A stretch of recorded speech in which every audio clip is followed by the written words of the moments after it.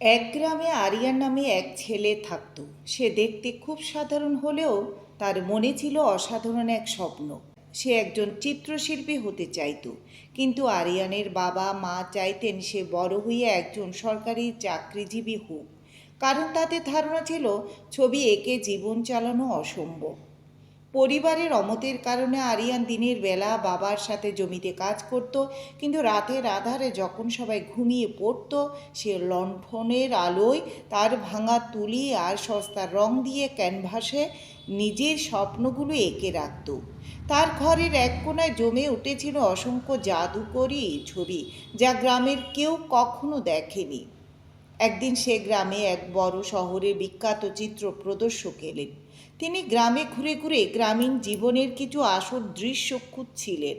ঘটনাক্রমে তিনি আরিয়ানের বাবার সাথে দেখা করতে তাদের বাড়ি আসেন। আরিয়ান তখন বাড়িতে ছিল না। তৃষ্ণার্ত প্রদর্শকটি জল পানের জন্য যখন ঘরের ভেতরে যান, তখন তার চোখে পড়ে আরিয়ানের সে অন্ধকার কোণায় রাখা ছবিগুলোর উপর।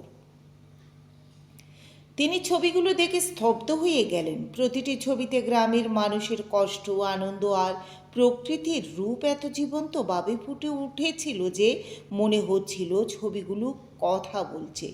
প্রদর্শক আরিয়ানের বাবাকে ডেকে বললেন, এই ছবিগুলো যা রাখা, সে কোনো সাধারণ মানুষ নয়, সে এক মস্ত বড় শিল্পী। ঠিক তখনই আরিয়ান ঘরে ফেরে।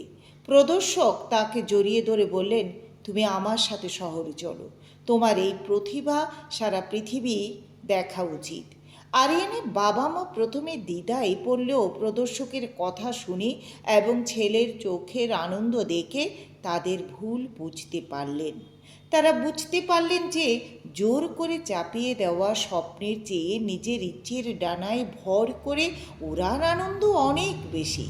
শহরে যাওয়ার পর আরিয়ানের প্রথম চিত্র প্রদর্শনীতেই তার সব ছবি বিক্রি হয়ে যায় এবং সে রাতারাতি বিখ্যাত হয়ে ওঠে।